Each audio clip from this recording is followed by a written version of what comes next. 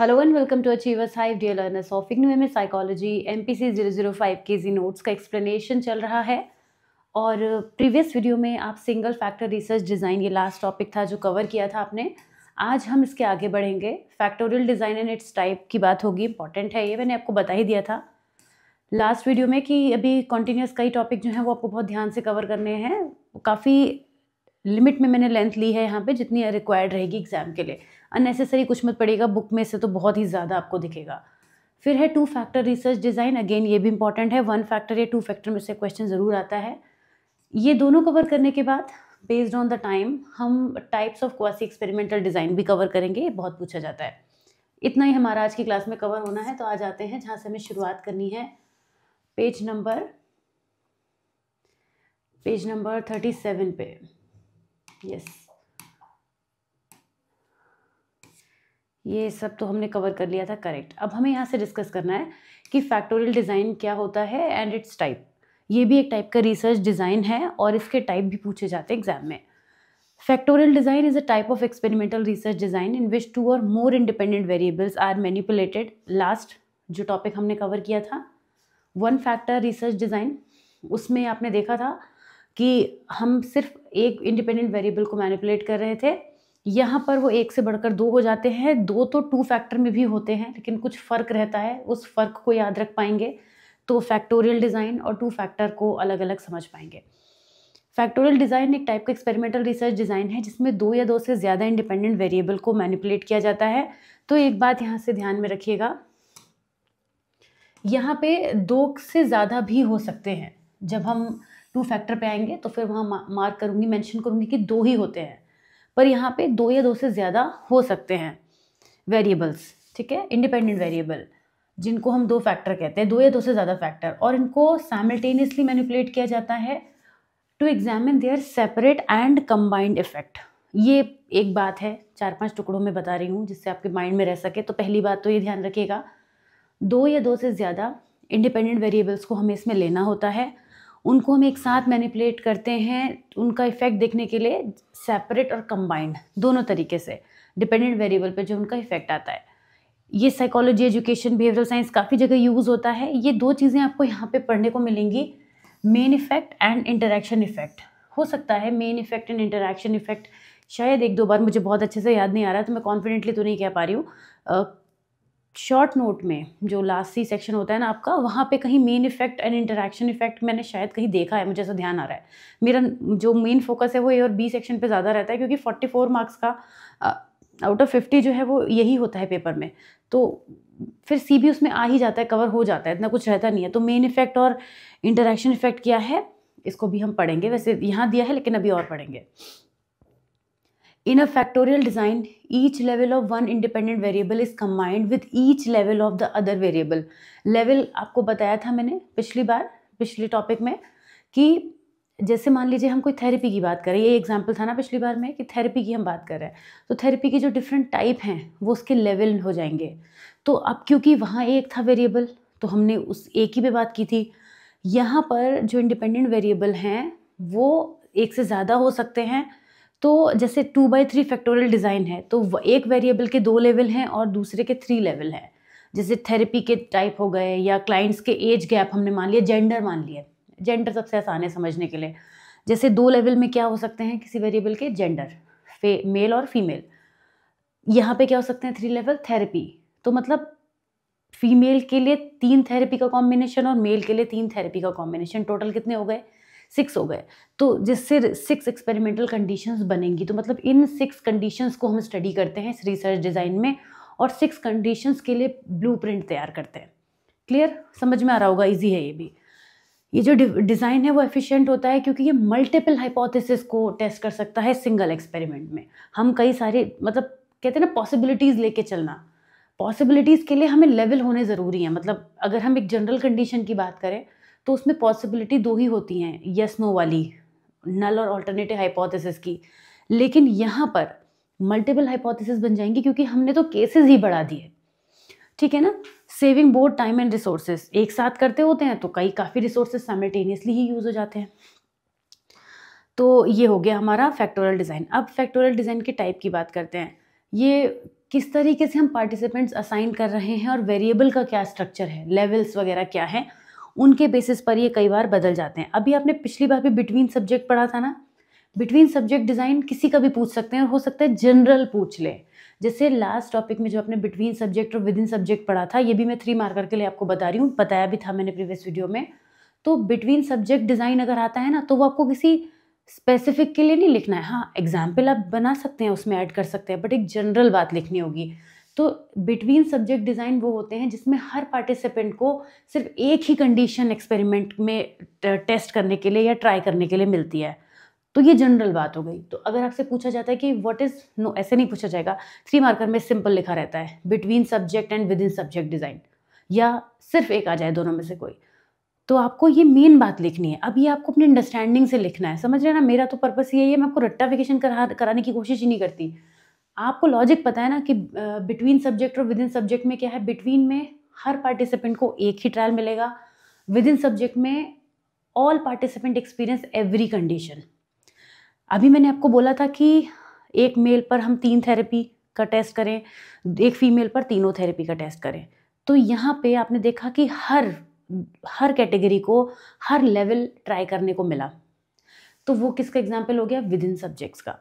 और between subjects का, जैसे हमने ये डिसाइड कर लिया कि जो मेल है वो इसमें से दो मेल को दे दिया और एक फीमेल को दे दिया टेस्ट करने के लिए, हमने डिसाइड किया, या एज ग्रुप बना लिया। मान लीजिए हमारे पास 3x3 का है, तो उसमें भी हमने चेंजेस कर लिए। तो उस तरीके से बिटवीन और विद इन एक जनरल बात रहेगी। अब मेरे ख्याल से मुझे ये अलग से नहीं बताना पड़ेगा आपको कि बिटवीन और विद इन क्या है, ये समझा दिया मैंने, ठीक है। अब इनके एडवांटेज लिमिटेशंस तो इसमें मेंशन्ड है, आप इसी को एलाबोरेट कर सकते हैं जब आपको लिखना है। बिल्कुल इस पे फिक्स मत रहिए। मुझे ध्यान आ रहा है, एक स्टूडेंट ने व्हाट्सएप पे मुझसे पूछा कि मैम जो आपने इजी नोट्स में कराया है, मतलब उनका क्वेश्चन जेन्युइन हो सकता है, यहाँ पे मेरा उस क्वेश्चन को रेज करने का बिल्कुल मतलब नहीं है किसी को क्रिटिसाइज करना। मैं एक बात बताना चाहती हूँ कि कई बार कुछ थॉट्स ऐसे होते हैं जो आपके भी मन में होते होंगे पर आप वो नहीं पूछ पाते। तो उन्होंने मुझे बोला कि मैम जो आपने ईजी नोट्स में मेंशन किया है, हम सब कुछ वैसा याद करके ले चले जाए तो हो जाएगा। आप वैसा याद मत करिए। ये वीडियोस में क्यों बना रही हूँ, जिससे कि आप समझ सकें। आपकी अंडरस्टैंडिंग अगर मैं इतना एक्सप्लेन करने के बाद डेवलप ना कर सकूँ तो कोई फ़ायदा नहीं है मेरे इजी नोट्स बनाने का, कोई फ़ायदा नहीं है आपके ये वीडियोस देखने का। तो मैं आपको हर बार ये बात समझाने की कोशिश करती हूँ कि जो आप समझ रहे हैं ना, उसको समझिए, उसको रटिए मत, उसको याद मत रखिए। याद से मतलब ऑफकोर्स याद थोड़ा रखना ही पड़ेगा। याद से मेरा मतलब है कि ऐसे मत सोचिए कि ये पॉइंट मैम ने बता दिए, एग्जैक्ट ये पॉइंट। मैं पढ़ाते वक्त भी ये कोशिश करती हूँ कि मेंशन कर सकूँ कि भाई यही पॉइंट नहीं लिखने हैं, अपना भी लॉजिक लगाना है। सोशल साइकोलॉजी में तो ये मैंने ऑलमोस्ट हर जगह कहा था आपसे, हर वीडियो में कहा था। खैर वापस आते हैं, between subject with in subject हमारा हो गया। फिर है मिक्स्ड फैक्टोरियल डिज़ाइन में हम between subject with in subject के वेरिएबल्स को कंबाइन कर सकते हैं। ये थोड़ा कंफर्टेबल होता है, अपने हिसाब से इसमें हम चीज़ों को कर लेते हैं। Then comes 2 factor and multi factor design. 2 factor design study 2 independent variable, multi factor design study 3 और मोर। ये जो 2 फैक्टर देख रहे हैं ना, ये फैक्टोरियल डिज़ाइन का ही एक टाइप है जो हम अभी नेक्स्ट टॉपिक पढ़ेंगे आज ही की क्लास में। अभी रुकिएगा मेरे साथ में, मैं आपको कहाँ ला रही हूँ, वापस ध्यान से देखिएगा। मैंने आपसे ये कहा था कि फैक्टोरियल डिज़ाइन और 2 फैक्टर डिज़ाइन को हम एक बहुत थिन लाइन से सेपरेट करेंगे, क्योंकि फैक्टोरियल डिज़ाइन में क्या होगा, 2 या 2 से ज़्यादा इंडिपेंडेंट वेरिएबल्स होंगे जिनको मैनिपुलेट किया जाएगा, और 2 फैक्टर में सिर्फ 2 ही फैक्टर होंगे जिनको हम मैनिपुलेट करेंगे। मतलब वहाँ 3 नहीं हो सकते, यहाँ 3 हो सकते हैं। तो जो मैथ्स के स्टूडेंट्स हैं ना, वो फैक्टोरियल का मतलब भी जानते होंगे। अगर आपने 12th में मैथ्स पढ़ी है, थोड़ा बीएससी में पढ़ी होगी, तो मैथ्स आप जानते होंगे फैक्टोरियल का क्या मतलब होता है। अब मैं वो एक्सप्लेन नहीं करूँगी, बीएससी की मैथ्स नहीं पढ़ाऊँगी, डोंट वरी। तो यहाँ पर तो एक तरीके से हम देखें तो फैक्टोरियल के ही अंदर तो कैटेगरी आ रही है 2 फैक्टर की। तो यहाँ तो जो मैं आपको क्विकली बता रही हूँ कि इसका एक टाइप है, वो तो अभी आप सुन लीजिए, लेकिन आप इसको डिटेल में पढ़ेंगे क्योंकि 2 फैक्टर डिज़ाइन भी एक होता है। और उसी की तर्ज पे मल्टी फैक्टर हो जाएगा। मल्टी फैक्टर में मल्टीपल फैक्टर्स जाएंगे, तो वो भी इसका एक टाइप हुआ, क्योंकि इसमें मल्टी फैक्टर्स भी तो लिए जा रहे हैं। तो ये भी क्लियर हो गया होगा कि फैक्टोरियल का ही एक टाइप कह लो, सब टाइप कह लो, या दूसरा वर्जन कह लो, ठीक है। पर एक चीज़ इंपॉर्टेंट है, देखिए, जैसे फैक्टर्स बढ़ते हैं, जब भी फैक्टर्स इंक्रीज होंगे ना, तो कॉम्प्लेक्सिटी इंक्रीज होगी। जो स्टूडेंट्स थोड़ा सा भी 11th 12th के मैथ्स के बैकग्राउंड बाय एनी चांस अगर कोई देख रहा है, तो आपको ध्यान होगा, आपने एक टॉपिक पढ़ा होगा प्रोबेबिलिटी का, है ना, परम्यूटेशन कॉम्बिनेशन पढ़ा होगा, नॉट प्रोबेबिलिटी, परम्यूटेशन कॉम्बिनेशन पढ़ा होगा। तो उसमें यही होता है कि जितने ज़्यादा हमारे पास कॉम्बिनेशन बन जाएंगे लेवल्स, उतना ही उनको कॉम्बिनेशन में वो नंबर ऑफ वैल्यूज़ बढ़ जाएगी। जैसे 2/2 है तो कितना होगा, 4 हो जाएगा, लेकिन 2/3 हुआ तो बढ़ गया, 3/4 हो गया तो और ज़्यादा नंबर्स हो जाएंगे, कॉम्बिनेशन जो हम उनके बनाएंगे। तो वही वाली बात है यहाँ पे। खैर छोड़िए, आज मैं मैथ्स की बातें ज़्यादा कर रही हूँ। अब है fixed versus random factorial design. कुछ फिक्स्ड होते हैं जिसमें हम फैक्टर्स के जो लेवल होते हैं ना, स्पेसिफिक लेवल डिसाइड कर लेते हैं, और रैंडम में लेवल्स हैं वो रैंडमली चूज़ किए जाते हैं, उस बेसिस पे ये कहलाते हैं। वो हो कुछ भी सकते हैं, वो सिंगल फैक्टर, सिंगल तो नहीं, खैर फैक्टोरियल में सिंगल नहीं आ सकता, 2 फैक्टर, मल्टी फैक्टर, वो कुछ भी हो सकते हैं, लेकिन वो फिक्स्ड और रैंडम होंगे based on the selection we are doing. Fine. अब ये कुछ की टर्म्स हैं जो मैंने आपके लिए इसलिए लिखी हैं जिससे कि आप इन्हें पढ़ सके, जिसमें देखिए मेन और इंटरैक्शन इफेक्ट भी यहाँ पे दिख रहा है आपको, ही समझा देती हूँ। कहा था मैंने main effect, the effect of one factor on the dependent variable ignoring other factors. ध्यान से समझिए, मेन इफेक्ट का मतलब ये हो गया कि एक ही इंडिपेंडेंट वेरिएबल के कई लेवल्स हैं, कई फैक्टर्स हैं, तो हमने एक ही फैक्टर का, सिर्फ एक फैक्टर का इफेक्ट देखा डिपेंडेंट वेरिएबल पर, सारे फैक्टर का नहीं देखा, तो उसको हम कहते हैं मेन इफेक्ट। बाकी के फैक्टर्स को हमने इग्नोर कर दिया। Interaction effect, when the effect of one factor depends on the level of another factor, यानी कि जब एक फैक्टर का जो इफेक्ट है वो दूसरे फैक्टर पर डिपेंड करेगा, मतलब कहीं ना कहीं एसोसिएटेड है, दोनों को साथ लिए बिना काम नहीं चल सकता, यानी उनके इंटरैक्शन से चीज़ें बनेंगी, तो उसको इंटरैक्शन इफेक्ट कहते हैं। बाकी के जो टर्म्स हैं वो एक सिर्फ आपको बताने के लिए हैं, आप इनको एक बार रीड करेंगे तो भी समझ में आ जाएगा। फैक्टर्स का मतलब आप समझ ही चुके हैं। अब फैक्टोरियल डिज़ाइन के मेन कंपोनेंट्स क्या होते हैं, थोड़ा इस मिस्टेक को इग्नोर कीजिएगा, मैं पीडीएफ में करेक्शन करवा दूंगी। ये जो हैं पॉइंटर्स है ना, इनको मैं अभी फ़िलहाल के लिए, जो बस नंबरिंग गलत है और कुछ नहीं। फैक्टोरियल डिज़ाइन के मेन कंपोनेंट्स क्या हैं, सबसे पहले क्या होते हैं इसमें, बहुत इंपॉर्टेंट है इंडिपेंडेंट वेरिएबल। अगर इंडिपेंडेंट वेरिएबल ही वेल डिफाइंड नहीं है तो आगे का सब खेल खराब होने वाला है, तो ये इंपॉर्टेंट है। फिर उन फैक्टर्स के लेवल, द स्पेसिफिक कैटेगरीज और values with in each factor, जैसे जेंडर हो गया, स्टडी मेथड हो गया, अभी हमने थेरेपी की भी बात की थी, तो स्पेसिफिक कैटेगरीज को, यानी टाइप्स, आप ऐसे समझ लीजिए टाइप्स, उन्हीं को हम फैक्टर्स कहते हैं, ठीक है। लेवल कहते हैं, लेवल ऑफ फैक्टर्स कहते हैं। डिपेंडेंट वेरिएबल, ये भी इंपॉर्टेंट है, इस पर तो हमें देखना है आउटकम क्या आया, तो ये आउटकम और रिस्पॉन्स जो भी मेजर किया जाता है डिपेंडेंट वेरिएबल हो जाता है। फिर है एक्सपेरिमेंटल कंडीशंस, यानी हमने कौन सा डिज़ाइन चूज़ किया, 2/3, 2/2, जो भी हमने चूज़ किया है, तो वो हमें ये देखना होता है कि हम पहले फैक्टर्स के लेवल देखते हैं। जैसे यहाँ भी जो हमारा एग्जाम्पल था, इसमें अगर हम देखें तो 2/3 का ही बन रहा है, तो ये एक फैक्टोरियल डिज़ाइन क्रिएट कर रहा है, ये 2 फैक्टर डिज़ाइन नहीं है, ठीक है। उसके अलावा हम एक्सट्रेनियस वेरिएबल को भी कंट्रोल करते हैं। एक्सट्रेनियस वेरिएबल को कंट्रोल करना ज़रूरी होता है इसमें, कि कोई दूसरे वेरिएबल जो है वो रिजल्ट को इम्पैक्ट ना करें। कई बार हमें रैंडमली असाइनमेंट करना होगा पार्टिसिपेंट का, तो वो भी एक इसका की फैक्टर हो गया। Repeating conditions to confirm results and increase reliability, कई बार हम जो है वो अपने केसेस में यहाँ पे टेस्ट करते हुए कंडीशंस को रिक्रिएट करते हैं, ये देखने के लिए कि वापस से रिजल्ट वैसा आ रहा है नहीं, क्योंकि कंडीशंस बराबर से वैसी रखनी ज़रूरी हैं। कंडीशंस बदली, रिजल्ट तो पूरा ही बदल जाएगा। Then data analysis, data analysis भी ज़रूरी होता है इसमें, क्योंकि डेटा को एनालाइज किए बिना हम रिजल्ट पे नहीं पहुंच सकते। तो जो भी होगा, हमें एनोवा करना है या फिर मेन और इंटरैक्शन इफेक्ट देखने हैं, जो भी हमें टेस्ट करना है वो हम देखेंगे, ठीक है। तो ये कुल मिला के आपने फैक्टोरियल डिज़ाइन के बारे में इतना समझा, मुझे नहीं लगता कुछ ज़्यादा था यहाँ पे। आपने फैक्टोरियल डिज़ाइन को डिस्क्राइब किया, उसके टाइप बताए, क्या क्या कॉम्पोनेंट्स उसमें यूज़ होते हैं। आते हैं 2 फैक्टर रिसर्च डिज़ाइन की तरफ। अब 2 फैक्टर तो आपको आधा समझा हुआ फील हो रहा होगा, और अगर नहीं हो रहा है ना तो ऐसा होना नहीं चाहिए।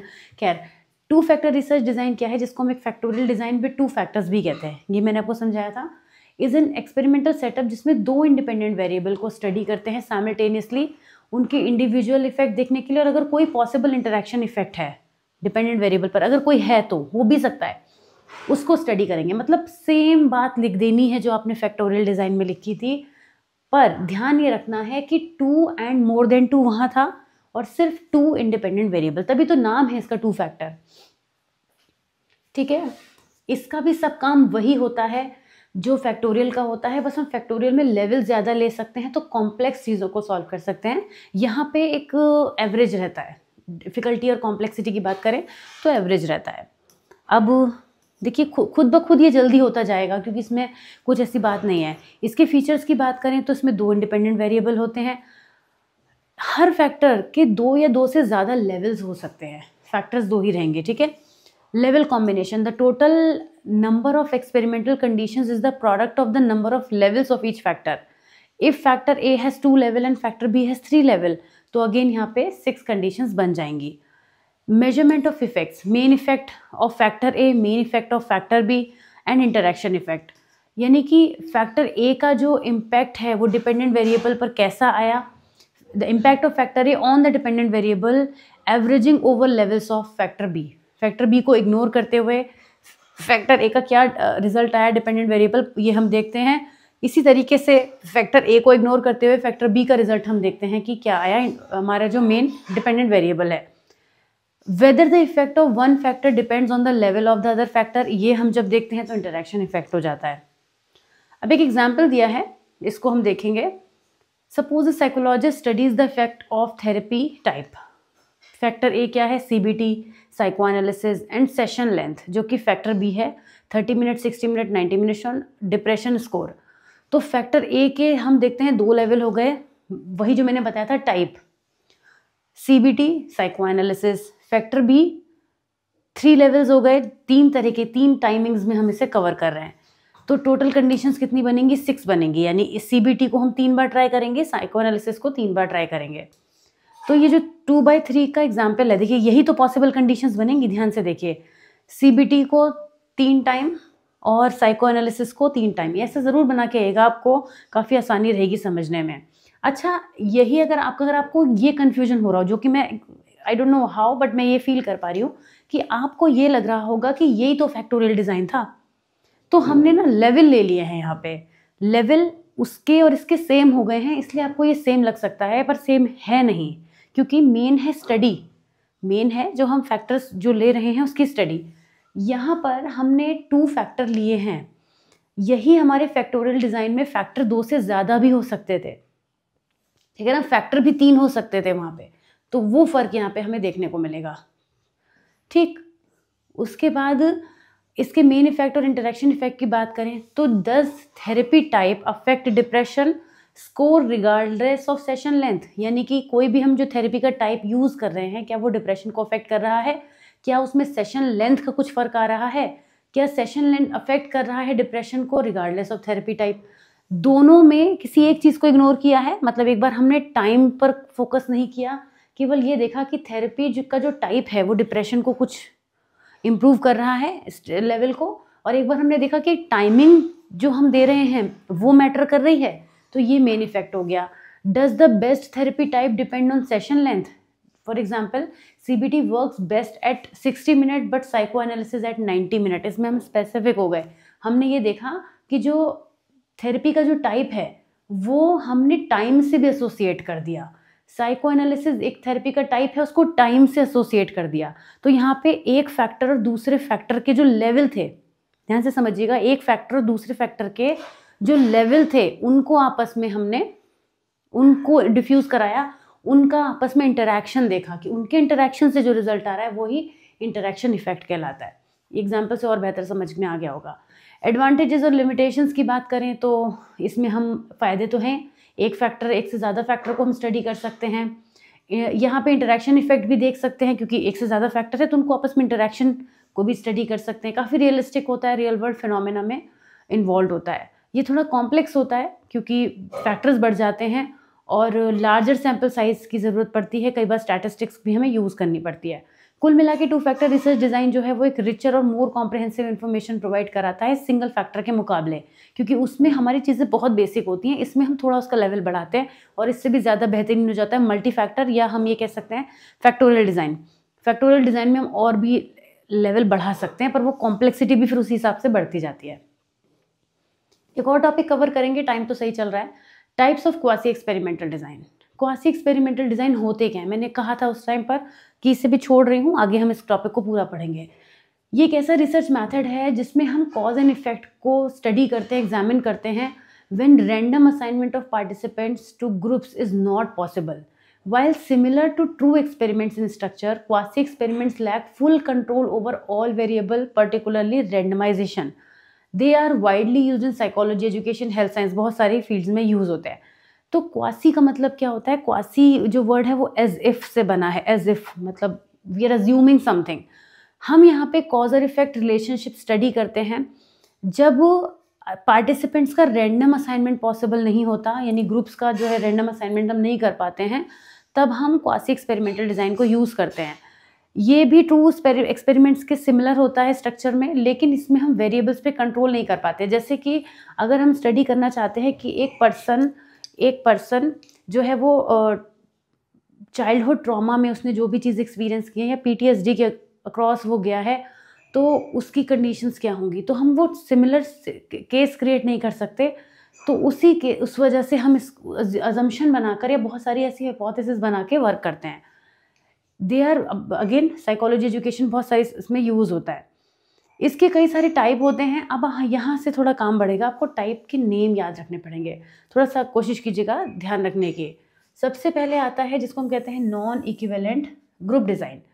Two or more existing groups are compared but participants are not randomly assigned. यहाँ पे दो या दो से ज़्यादा ग्रुप्स को बनाकर उनको आपस में कंपेयर किया जाता है. ठीक है, कंपैरिजन किया जाता है. कंपैरिजन की हेल्प से हम फाइंड आउट करने की कोशिश करते हैं कि कोई एक पर्सन या सिचुएशन अपनी स्टेट में किस लेवल से बिलो या ऊपर है. लेकिन रैंडम असाइनमेंट नहीं होता है. Pre test and post test का भी यूज़ किया जाता है कि एक ड्यूरेशन में कितना फ़र्क आया, इसके लिए प्री और पोस्ट टेस्ट भी अप्लाई किए जाते हैं. Comparing exam scores between students from two schools, one using a new teaching method and the other using traditional method.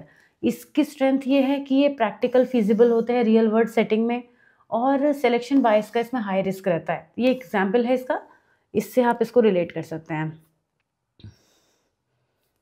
Then comes time series design. The same group is measured repeatedly over time before and after the introduction of an intervention.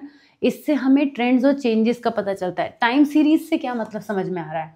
मतलब time बदल रहा है तो results कितना बदल रहे हैं या उसमें कितना चेंजेस आ रहे हैं, ये चेक करने के लिए जब हम यूज़ करते हैं तो ये एक मेथड होता है. यानी कि जैसे tracking monthly accident rates before and after a new traffic law. तो उसको डेटा को हमने कलेक्ट किया और डेटा को हम गैदर करते गए, और कंपैरिजन अगेन यहाँ पर भी होता है, तो हमें पता चलता है कंपैरिजन से. यहाँ पे इसकी वीकनेस है कि other events during the study period में इन्फ्लुएंस रिजल्ट. कई बार जो दूसरे रिजल्ट्स होते हैं, दूसरे फैक्टर्स होते हैं, यानी कंफाउंडिंग वेरिएबल जिन्हें हम कहते हैं, वो अपना रोल प्ले कर सकते हैं. Then come interrupted time series design.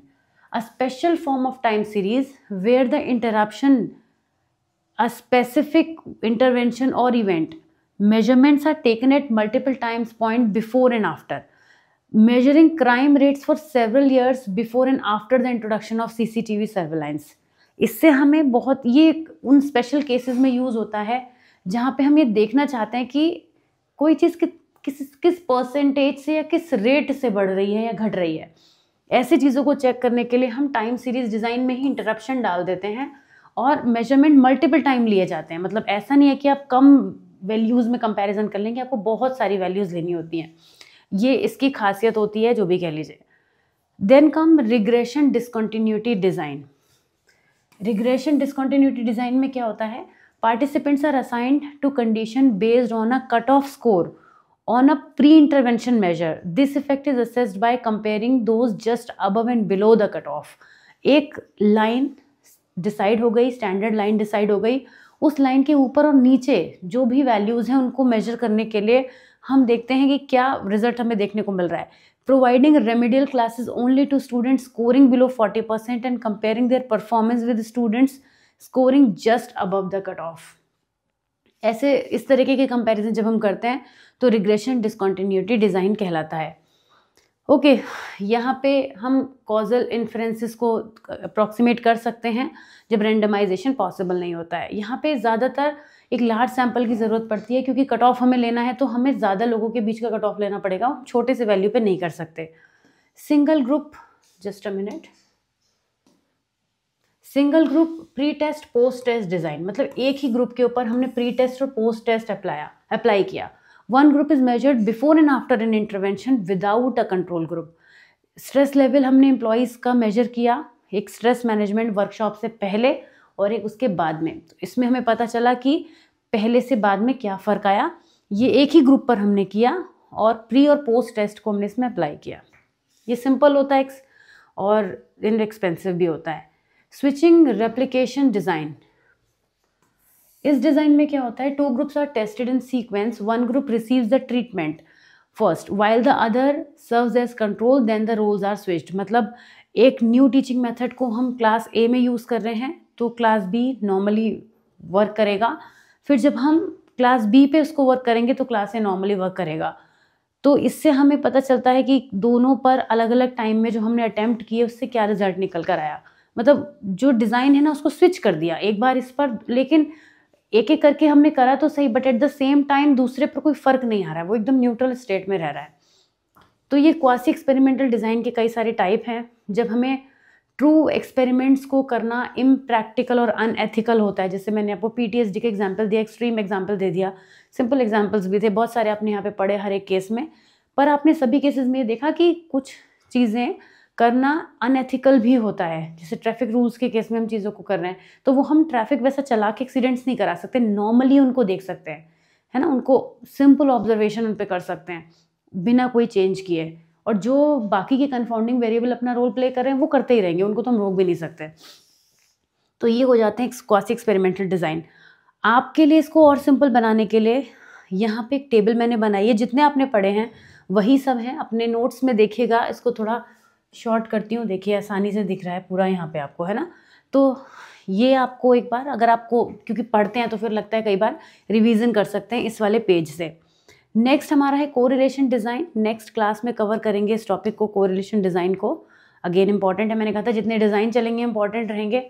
तो मिलूंगी आपसे नेक्स्ट वीडियो में। आज का ये वीडियो अच्छे से समझ में आ गया होगा, इंपॉर्टेंट बहुत था। मिलती हूँ नेक्स्ट वीडियो में। Take care of yourself, bye bye.